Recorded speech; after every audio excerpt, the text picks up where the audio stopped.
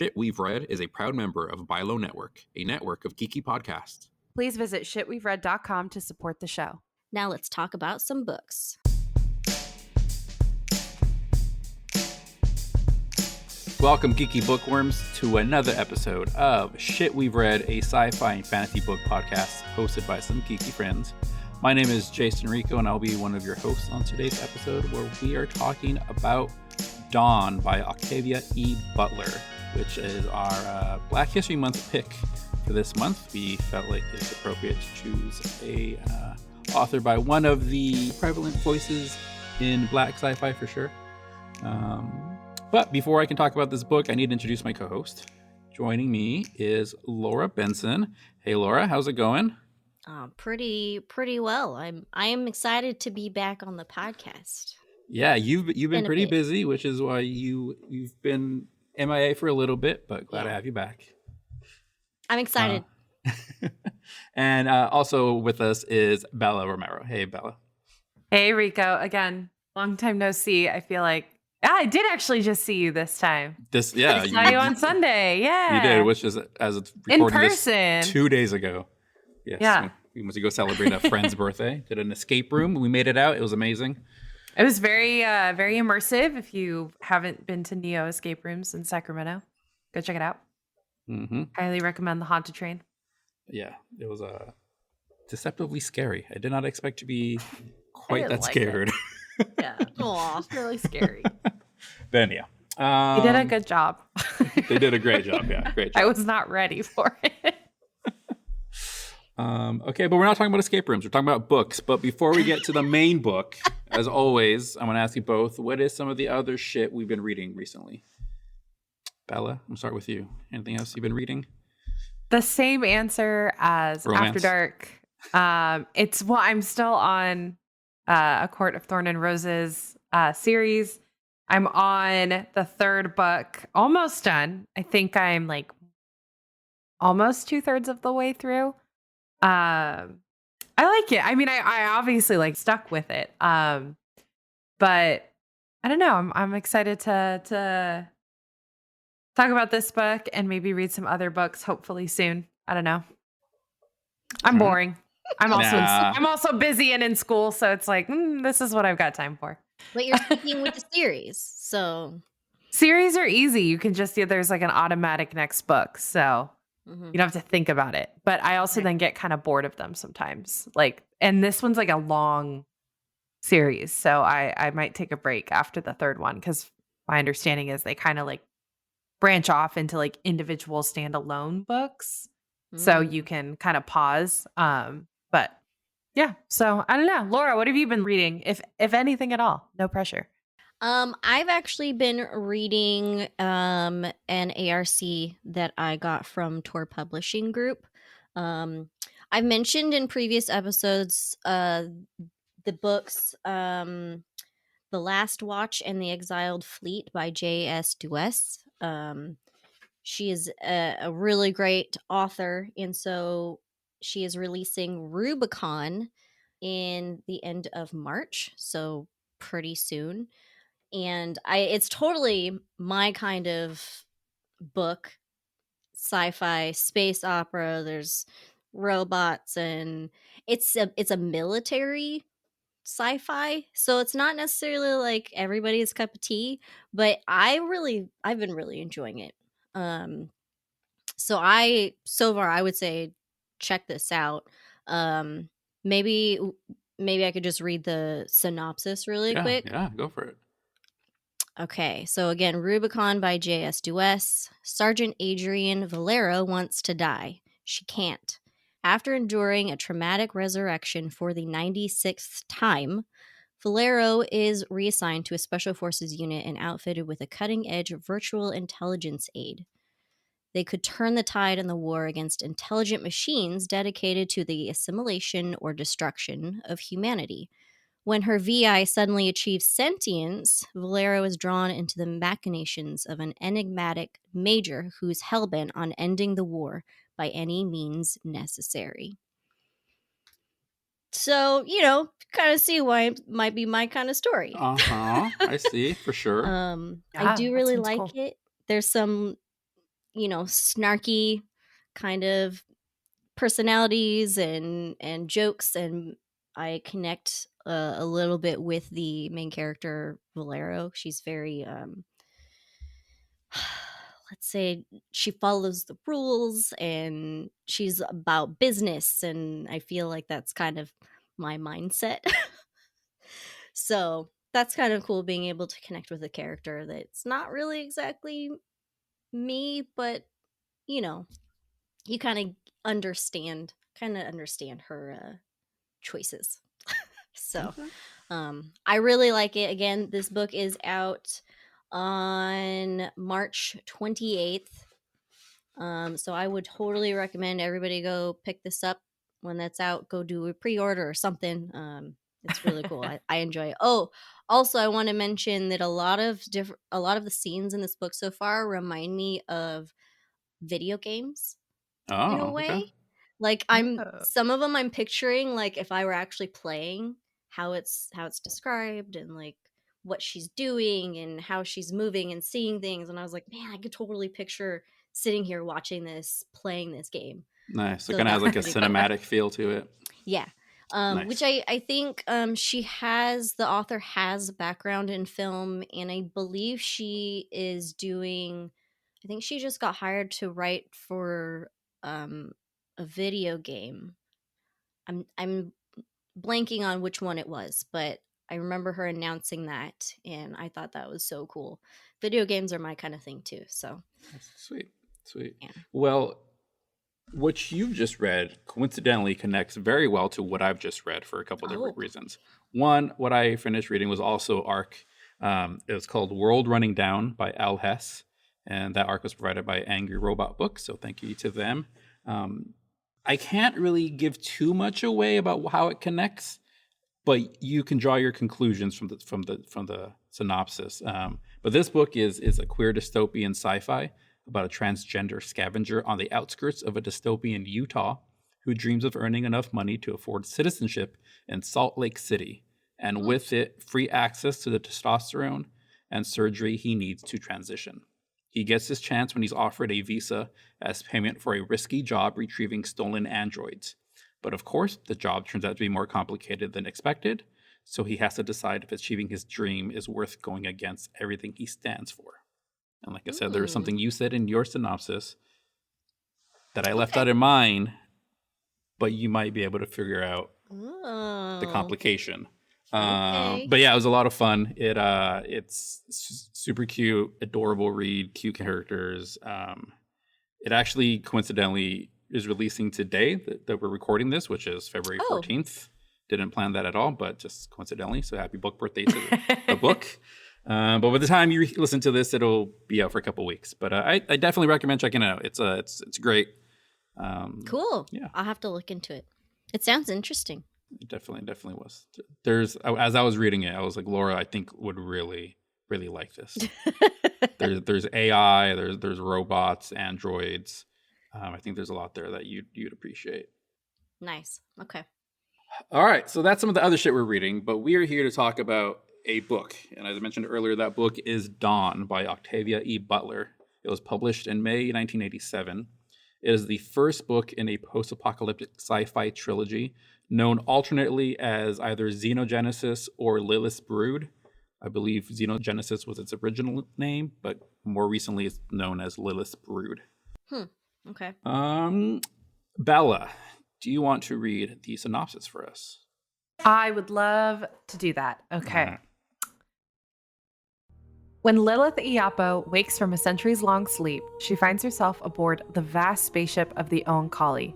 She discovers that the Oankali, a seemingly benevolent alien race, intervened in the fate of humanity hundreds of years ago, saving everyone who survived a nuclear war from a dying, ruined Earth, and then putting them into a deep sleep. After learning all they could about Earth and its beings, the Oankali healed the planet, cured cancer, increased human strength, and they now want Lilith to lead her people back to Earth.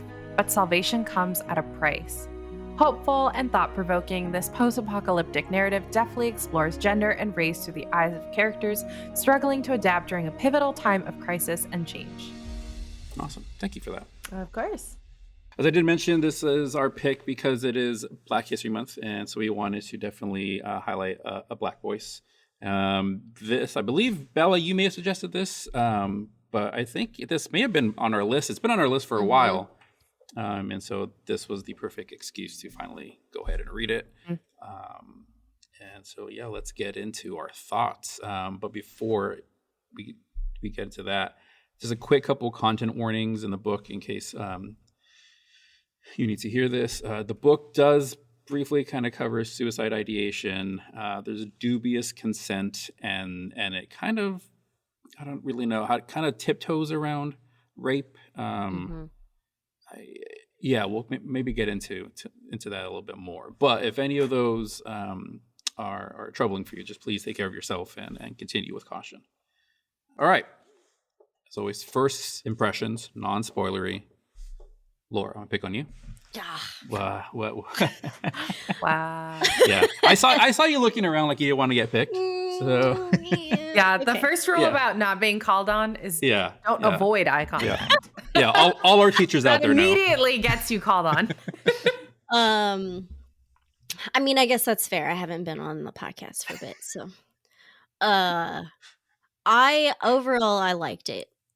I didn't know what exactly to expect from it, so I guess I didn't really have any expectations. So I just kind of jumped into it, just kind of accepted what it was giving me. But I think so I have the book, but I mostly listened to the audiobook. And so there's a lot of times that I just kind of missed details. And so it was kind of a struggle for me going through it because I didn't know if I was missing details or if it just wasn't explained or mentioned for the questions that I kept having. Like some of the passage of time got a little confusing for me, but overall I got the gist of what the story was about, what they were doing, what Lilith was going through. It was very interesting to see this drastic difference between humanity and the Oankali.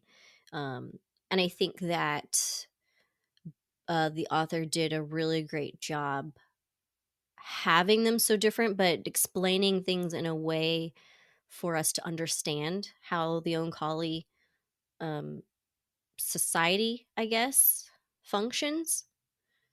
And I thought it was well written how Lilith slowly learns more about them and becomes more involved. And it felt kind of like, you're following her journey into learning all of this stuff. Gotcha. If that makes sense, Yeah, totally. I thought, I don't know why I didn't realize. I was like, I did not think about the fact that this was a series. Oh, okay. Like, it's pretty obvious. Like, I knew, but I didn't really, I don't know. I guess I forgot or something. But when I got to the end and I was like, wait, that's the end? I feel like there should be more. No, I was with you. Yeah, I knew it was a series, but it definitely ends in a way that's like you need to continue with onto the next book. Yeah. Yeah, not in a way like, all right, book one is done, the story is complete, there's another story coming. It's like, no. This is just the first part in a bigger story. Yeah. It's kind of like this is the big first chapter and then go to the next chapter, and I don't know. So I was a little surprised by the end because I was listening to the audiobook when I got to the end, and then it was just like done. Started reading the credits or whatever, and I was like, wait, what? Did I accidentally skip a chapter or something? Yeah.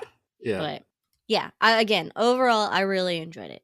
And I am a sci-fi, alien space kind of, those are my type of books. So I think in general, I was just excited to read it just for that too. So again, going back to how the book just kind of felt like it ended at the end, I was listening to the audiobook and you can tell it was coming to the end. I think it said I had about 30 minutes left in the audiobook.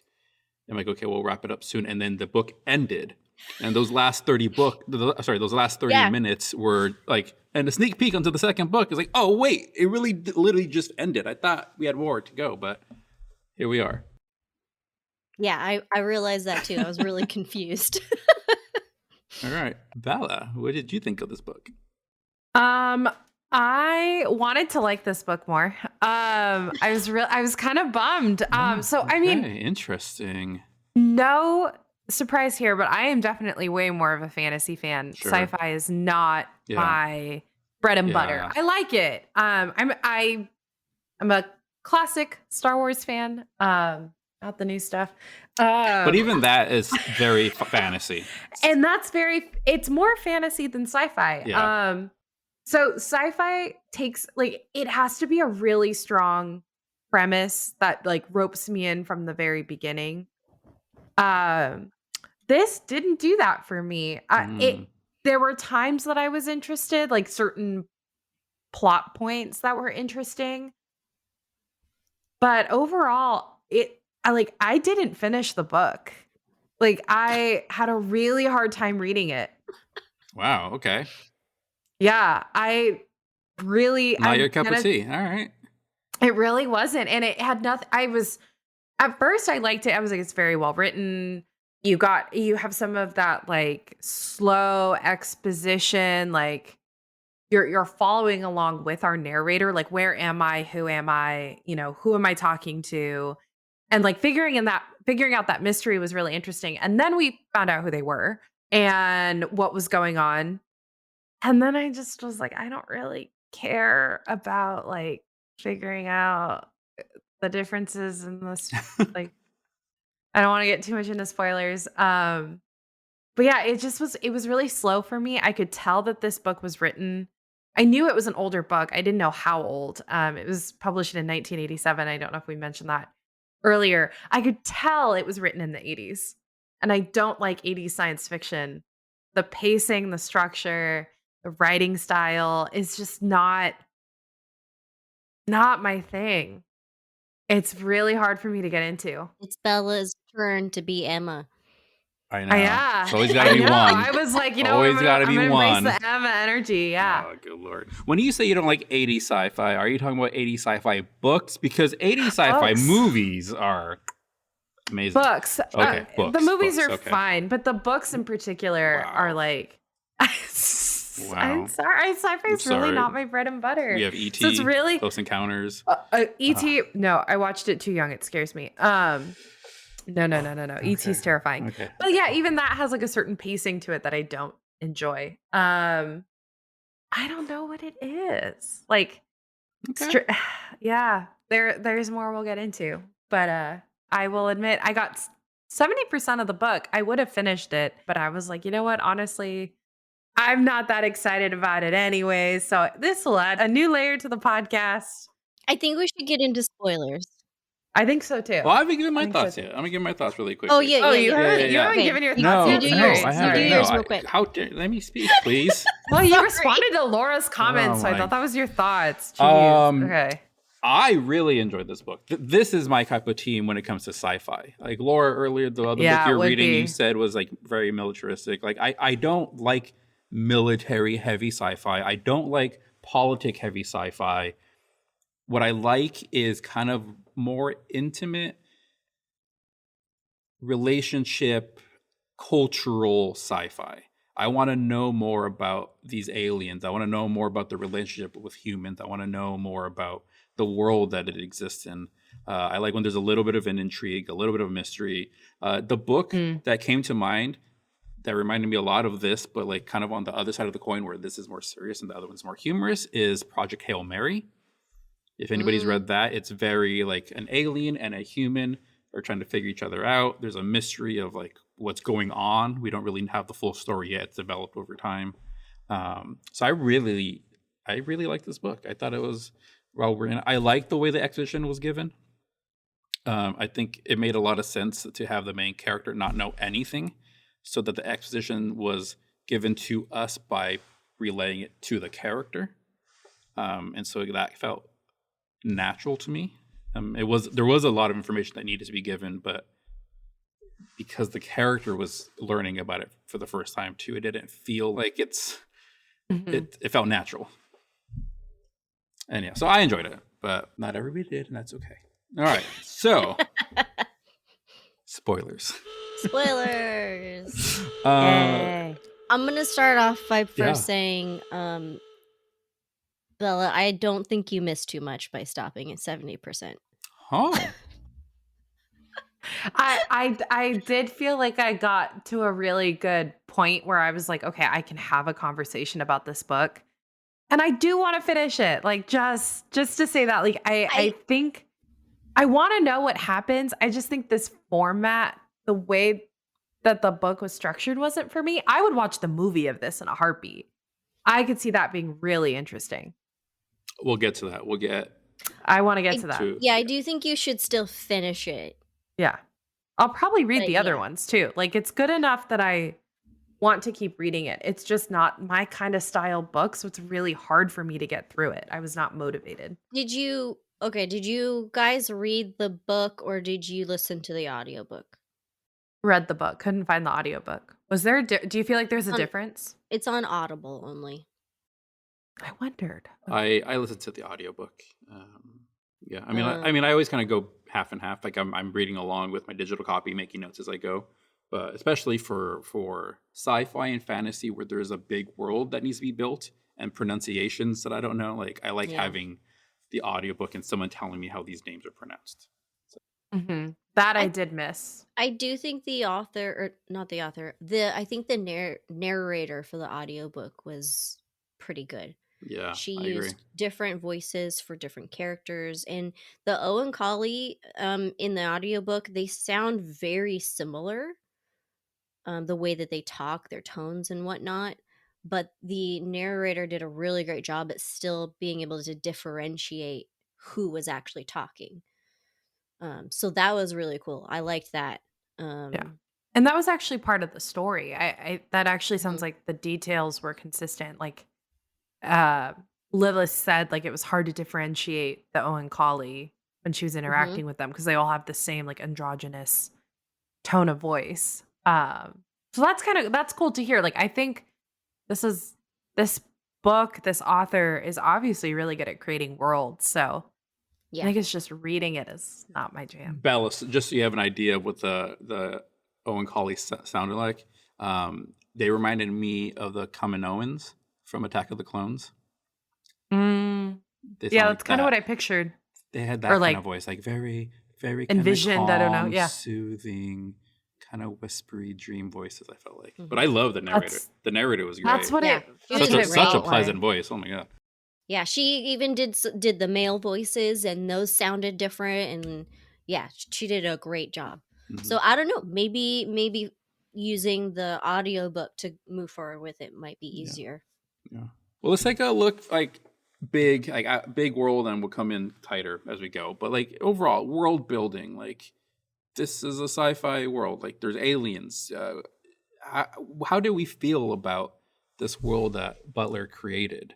Because it takes place in a future where we've pretty much destroyed Earth, and these aliens have come in to rescue us. Maybe that's maybe part of the mystery. But do we like the world building? Do we feel like it made sense? I think overall, it made sense to a certain point. It didn't quite make sense early on because obviously we are learning these details with Lilith. So it was kind of weird and confusing and couldn't necessarily figure out what the reasoning was for all of the things that were happening. But I think it made sense in the end. And even then, I don't think we're not getting all the information in this book, which Right. is where that comes into play. Like, oh, this is the end? I feel like all my questions didn't get answered. Mm-hmm. But I think that overall the world building was done fairly well. There was a lot there. It felt like an actual, like there was a lot of time that was put into it. There were a lot of descriptions for how things worked, things that didn't necessarily weren't necessarily that important, but we still got brief descriptions so that we understood. Like I think at one point they were talking about their vehicles, and it was very brief. Like we didn't need to go into super, in-depth description, like Light of the Jedi did for some of this stuff. But we still got just enough information to understand. Yeah. Which I really liked. That helps to kind of build. It's like if you were watching a show or a movie or whatever, you see things on the TV and it's just enough to know what's happening. Yeah. So, which is why I think I enjoy this type of sci-fi so much, because some sci-fi and some fantasy authors can be very heavy-handed with the world building, right? And they can describe every detail of this world, and they've given a lot of thought, and kudos to these authors who have figured out every little part of the world. But me as a reader, I don't really care about all that sometimes. I just want to know enough to understand the story. I don't need to know what the water in the sea tastes like in summer. Like, I'm glad you know that. I'm happy for you. Yeah. But what does that do for me? Nothing. Get to the story. Yeah. And so, yeah, this world building was, like you said, enough to make the story make sense and then keep it moving. And also, to go along with it, I think it leaves enough open for me to want more. I want to read the sequels. It's like, okay, well, tell me more now. Some of the descriptions were interesting and kind of reminded me of what we talked about with Aaron in the episode about the Kaiju Preservation Society. Yeah. We talked about how we didn't quite understand what some of the things are supposed to look like. And we thought that was intentional because what the characters are seeing aren't exactly, they just don't know how to describe them. Yeah. So I feel like in this book, it was similar because there were times that I couldn't quite understand what things looked like or how they functioned or what they were doing. But I still got, again, an idea. And so I thought that was kind of cool. Like, I still don't really understand what I'm picturing in my head for the Owen Collie. Same. I don't understand. Same, honestly. Yeah. Like, it's tentacles. I know that they have tentacles, but it's not described like exactly how big they are or, how long and what. It's just they move. Think big worms. But then I'm like, well, what is it? I don't know what that is either. Like, there's so many different sizes that this could be. And so I just thought it was kind of interesting because it's like if we were to see the Owen Collie, we wouldn't know how to describe it either. Yeah, I'm trying to. Yeah, I didn't do a good job of picturing the Owen Collie. No, they don't have eyes, but one of them had like dark patches where eyes might have been, but they see everywhere. Yeah, like their tentacles are sensors that like see and sense the world for them, which is it. So they don't have like eyes or like even like fingers the way that we understand them to be. But yeah, like that part didn't actually bother me that, but like I was like, okay, yeah, like they look, and also I think at one point she describes them as all looking a little bit different, and like the Uloi or Alloy? Uloi. The Uloi look different than the rest of them. The Owen Collie. But so I think that was hard for me to keep straight, like the Owen Collie versus the Uloi, what they looked like. Like they looked the same in my brain, even though I understood them to be different. Like the Uloi had the two arms, like on the outside of their bodies. But I feel like there were things that were like over explained and things that were under explained. So like I didn't have a clear picture of like what the extraterrestrials looked like, but like I could tell you that the vehicle that they were talking about was like basically like a slug. They were like, yeah, it's kind of like that. Earth has a similar creature. You can call it that. Like I think it was like the way that they explained it to and approached things were like, oh, did you wonder what that was? Did you think that was a vehicle? Like, yes, it's a living creature. Okay. Like it just And I know that was like that's the type of character. And I think that in a movie it would go faster to where my brain would enjoy it. But like when I'm reading it, I'm like, can we get to the next like plot point? Like I don't need to like talk on and on about this vehicle in this way. But Rico, you still have a thinking face on. What are you thinking? That's just my face. You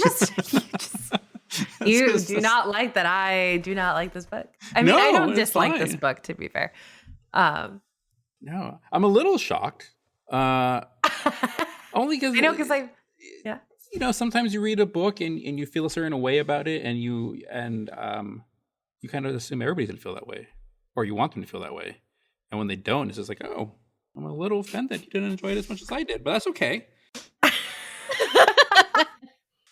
So, okay, Bella, you mentioned the Uloi, which in their culture is a third gender, which is basically no gender. But the Uloi also have additional abilities. They're the ones that can kind of manipulate genetics, and they're necessary for reproduction. But just what were your thoughts on this concept of a third gender and how they connected to the other genders and literally to humans as well? I mean, that's a spoiler down the line, but our girl Lilith and our boy Joseph basically hooked up with one. Yeah, I was like, is this an After Dark book? I was thinking of that too. It's like, oh, here we go, tentacles and sex scenes. Oh my god, that's right. I did make a note that was like, I think Rico's gonna love this book. At this point, that's when I was like, and Rico has fallen in love. We have tentacles and like weird group sex scene, sci-fi. I felt weird about it. That was weird. Because I didn't understand exactly what was going on. Yeah. Still don't really know. Yeah, have to reread it again. I don't think I need to reread it. But what I understand is they weren't actually having sex together, like with each other. What is it? Nikonj? Yeah. It's really quick. It's Yeah. They use it instead of they. Yes. So it. Yes. Nikonj uses its tentacles, or no, its arms. Was it its arms or its tentacles? I couldn't tell you. Something, one of those, to basically go around the necks and hook into their nervous system or something like that. And it basically stimulates the nerves or something in their bodies, and then they share this mental connection through Nikonj, and in their mind they are experiencing sex. Mm-hmm. Mm-hmm. Yep. But they're not allowed to touch each other in the real world, and it's all in their mind. I think so. That made sense to me kind of at first, but then where it confused me later on, and maybe there's something I missed, is big spoiler for the book, and this is going to be a spoiler for you, Bella, but Lilith is pregnant with Joseph's kid that Nikonj inseminated her with. How did Nikonj get the semen if they don't actually have physical sex? Well, they'd been collecting samples. But it said something. It said something along the lines of, "I can only store it for so long," like implying that it was inseminated with the semen from Joseph and can only hold on to it for so long before it's no longer viable to transfer to Lilith. Wait, I think that was my understanding. So if I'm remembering correctly, Nikonj was in the middle of Lilith and Joseph. Yes. So perhaps when Joseph naturally released as a result of this like sexual encounter, it released into Nikonj or on Nikonj. You know what I'm saying? Like if he's in the middle, if it's in the middle, things can happen. And that's how it could have gotten a sample. You're saying it was in the splash zone. Rico. This is not an After Dark episode. This isn't After Dark, Rico. I'm trying to come at this from a very clinical perspective. Okay, sci-fi, clinical, okay. Yes, so yes. That's how, knowing that, that's how I would come to understand it happened somehow. Again, I think like because this was written in the 80s, they really dance around it. Yeah. So going back to the 80s, I think one of the biggest factors that indicated that it was written a number of decades ago was the fact that the Uloi are referenced as it, as opposed to they. I think today the more common go-to language is they, them, and there's different variations thereof. But I would imagine Butler wrote this now, the Uloi would have been they, them, instead of it. So that is one of the biggest indicators that, this was written a while back. Language has kind of evolved. There's more acceptable norms now. But kind of to that point, I want to say that this book felt ahead of its time in the way that it even tackled. Oh, for sure. The fact that there was a third gender and the way that they, like at one point, Joseph and Lilith are talking about what's happened with Nikanj, the non-consensual, consensual sex interaction, which we could talk about. Yeah. We need to talk about that too. That, Lilith is like, or Joseph is like, well, doesn't it feel like very male to you, this Nikanj, this Uloi? And Lilith is like, no, it is neither. Like it is it. It is beyond the scope of gender and sex. It just exists.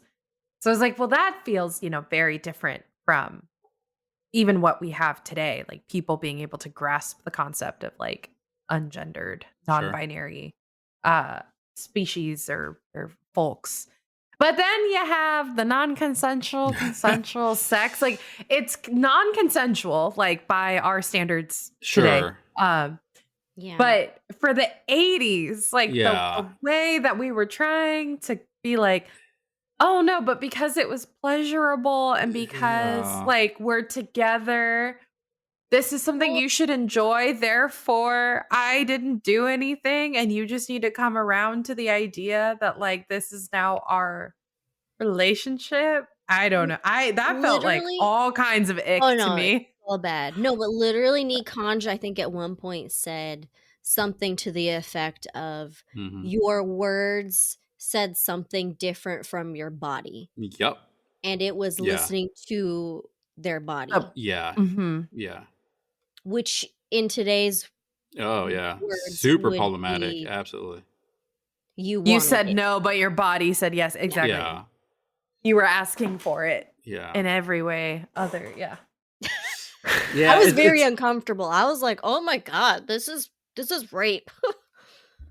I mean, we joke that this is kind of an After Dark book, but I think in a lot of ways it's also kind of a horror book. There's a lot of horror elements to this. My takeaway of Joseph's reaction to Yoankali and also I forgot the other guy's name, the one who had like 70 kids that he knew nothing of. Paul, I think it was Paul. So Paul, Paul Titus. Paul Titus. There we go. I think there was the male characters in this book were very vocal about this idea of the Oankali doing something to me that I do not want, that I am not a willing participant of. Well, and it was the male Lilith. Even Lilith was all vocal about that too. Yeah, but Lilith kind of came around to it.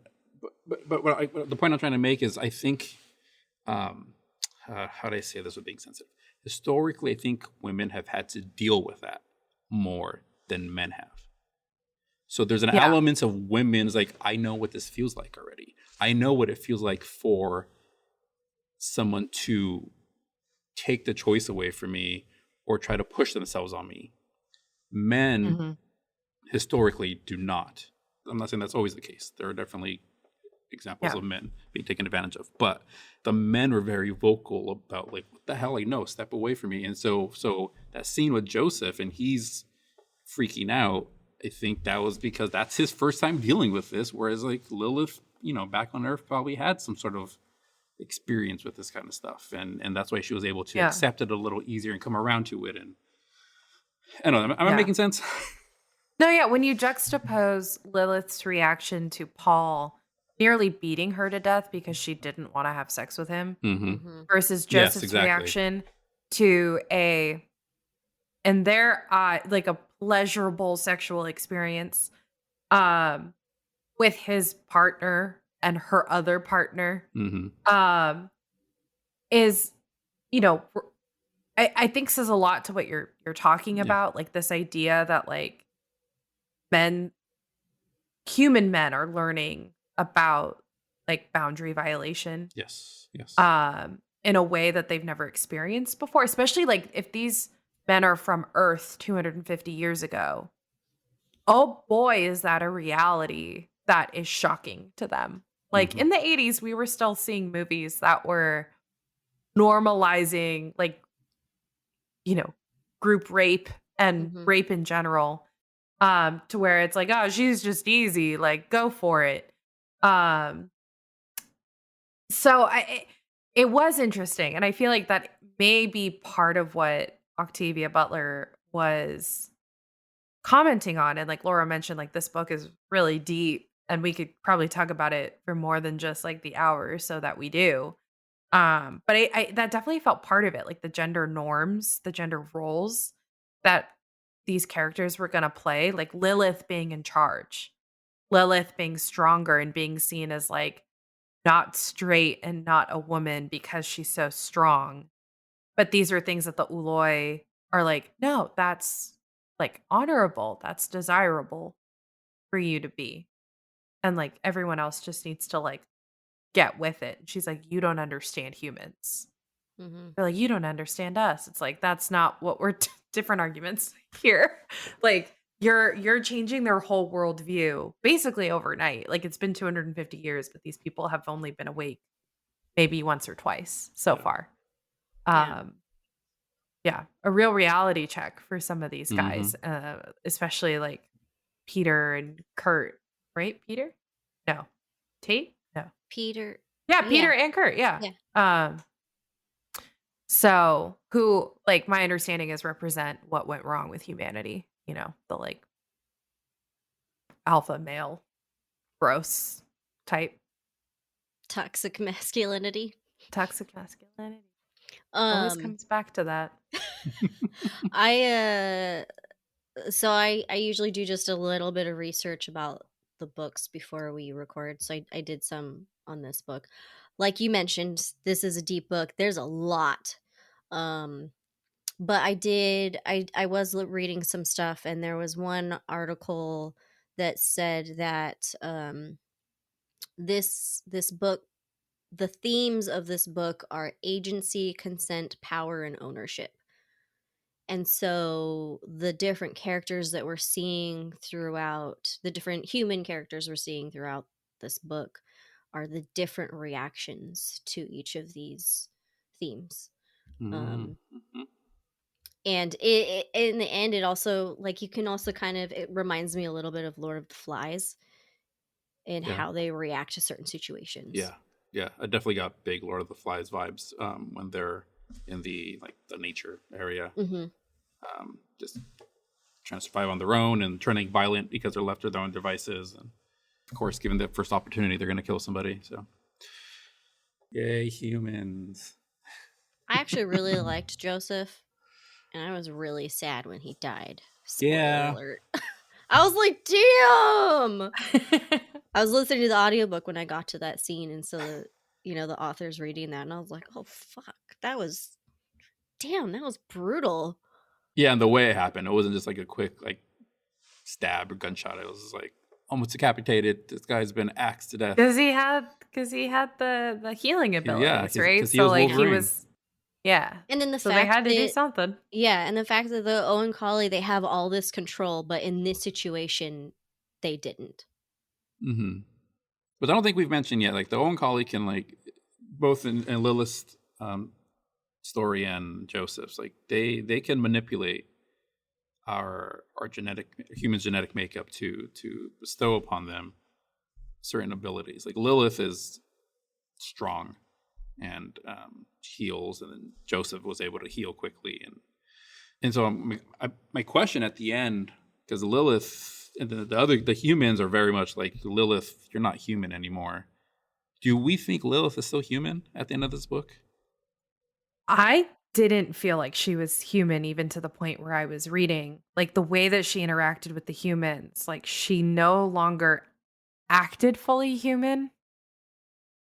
Like she was irritated with some of their humanness, some of their like questioning of like their captors, their protectors. Like there's just something about her that ignored some of those old human feelings in her. Like she still craved human company and community, but the way that she interacted with them, the way that she was like irritated with their, like, oh yeah, I figured they'd want to like look in the cabinets, and like I made sure to show them, like very placating, very I don't know. condescending. I honestly feel like I would have reacted that way too. Like the way Lilith did, or the way that because if the humans did? she's been doing this, she's already been with them for years at this point. Yeah. And so she That's knows true. how things work. She knows what's going on. She's supposed to be teaching Well, them. You know, I would probably get to the point where I'm like, these people are fucking stupid. that's what I'm saying. Is she's been with the Uloi and the Owen Collie for so long that like I think she's more like them than human now. Oh, so you're just saying like personality wise, thought wise. Yeah, not like actual like genetic makeup or whatever. I think like more like in the way that she acts. If our actions and our thought process is what makes us uniquely human, she doesn't think like that anymore. She doesn't act that way anymore. Laura, what do you think? Was she still human, whether in her behavior or actually genetically? Because she was definitely genetically different. And at the end, she's pregnant with a hybrid child. So I mean, is she human anymore? What does that mean? The way that I understood it wasn't at some point I think Nikanj explained the things that they could do to her genes or something like that, and it made it sound like it wasn't necessarily changing them, it was like unlocking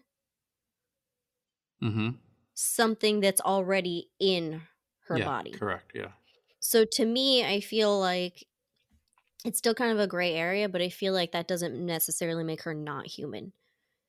Because if it was already there, then that to me means that it is part of being a human. So they turned her into a super soldier. Yes. Actually. She's just the pinnacle of human. Yeah.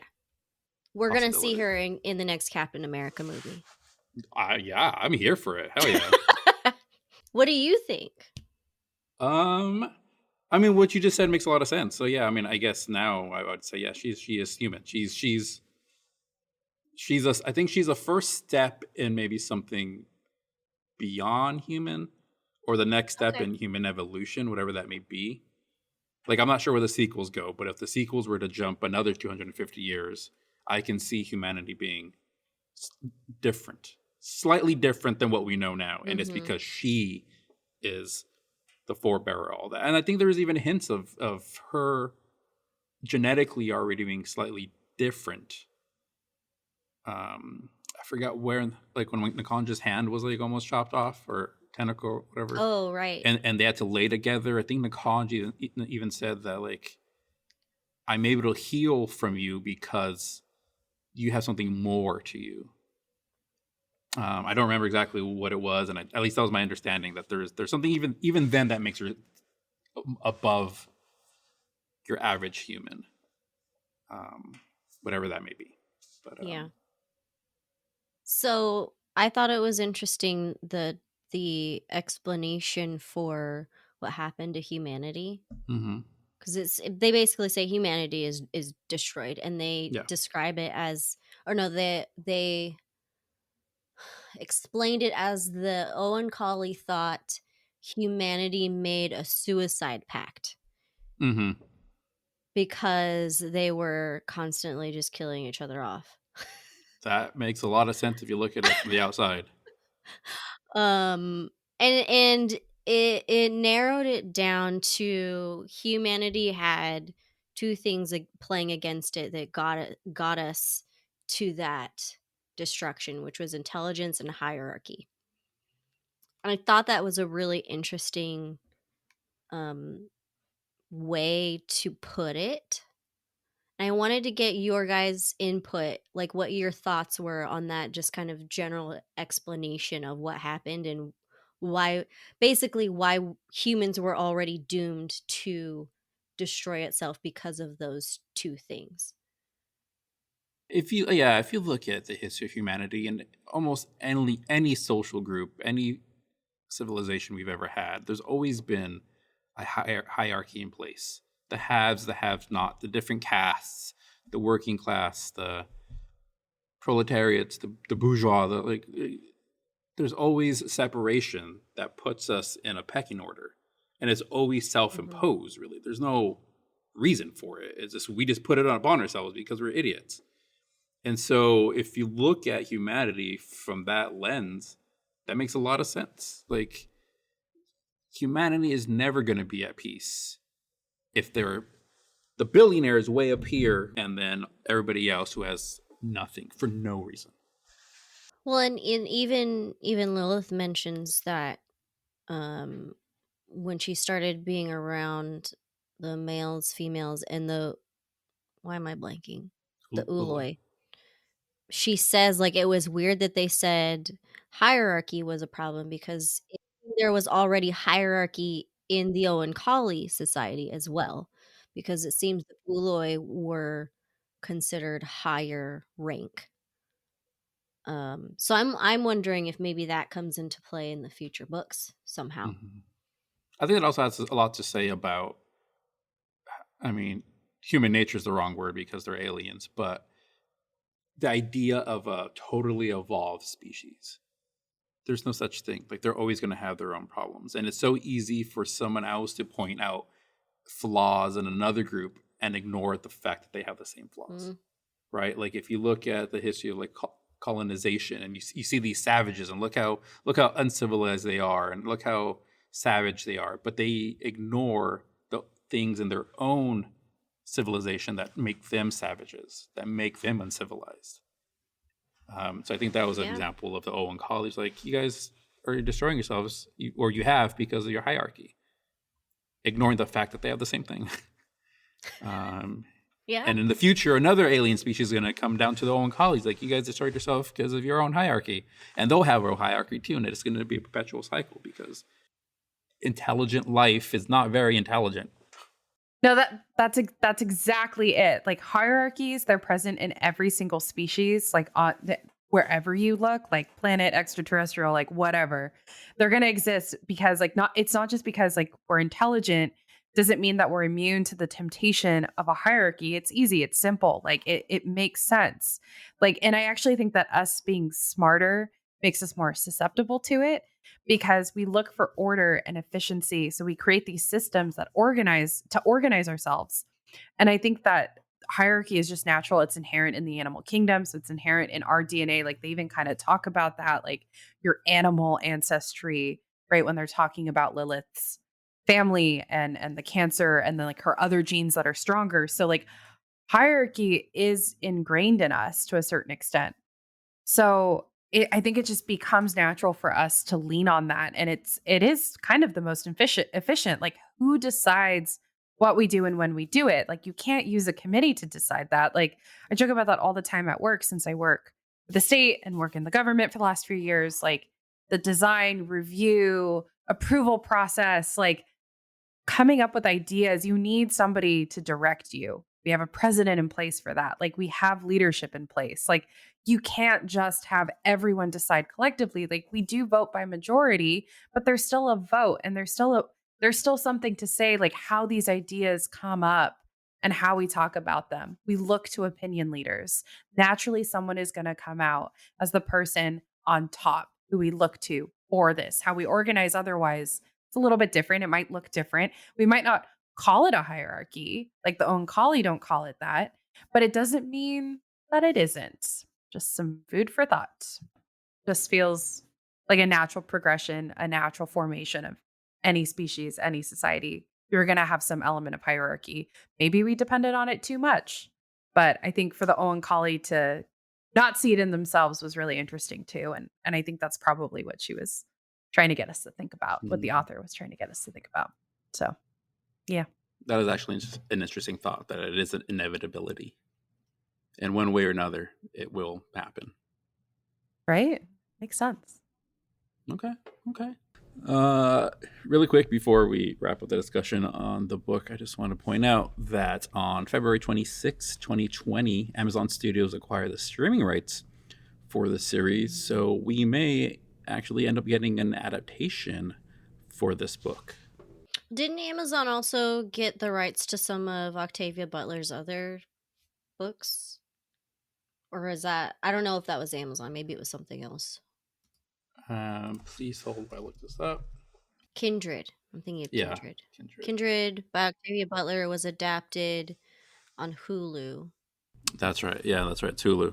I have not watched Kindred, and I've actually haven't really looked up to see if it's any good or anything, but that might be worth checking out, as there's no guarantee that this other adaptation will ever get made.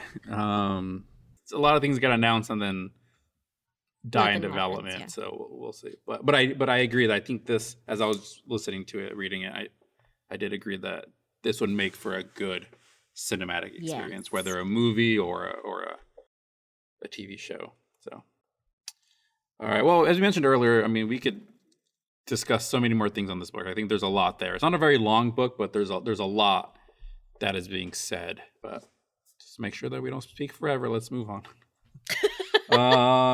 This book is currently rated 4.15 out of over 43,000 ratings on Goodreads. So that is a good rating out of a lot of people who've read it. So now my question for both of you, would we consider this book shit or the shit? Laura. I guess this is one of those times when I wish we were doing ratings. I have a feeling we're going to retire this rating system. Like this was our experiment for season 2, and I don't think any single time has it ever gone smoothly. I know there's been yeah, no, I think you're right. I think every episode at least one of us wanted to do a normal rating instead of the two. Yeah. Okay, but I would say if I'm doing just shit or the shit, I would say the shit, because I did enjoy it. Okay. I mean, there were issues that I had with it, but not enough to like complain about it. Mm-hmm. But yeah, I would say it was a good book. Bella, would you give it 70% of a shit or 70% of the shit?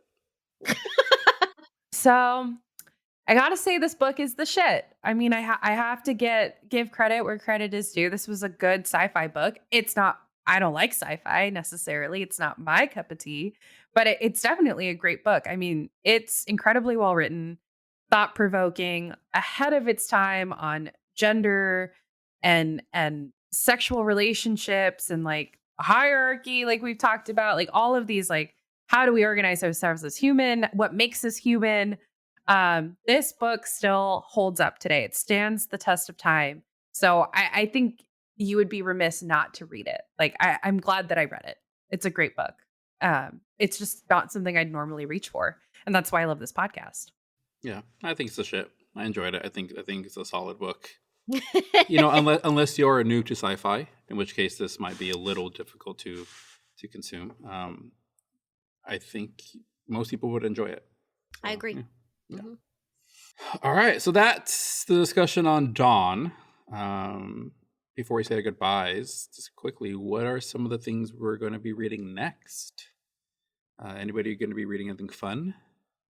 I am going to probably read an advanced reader copy of Made of Stars by Jenny Voris.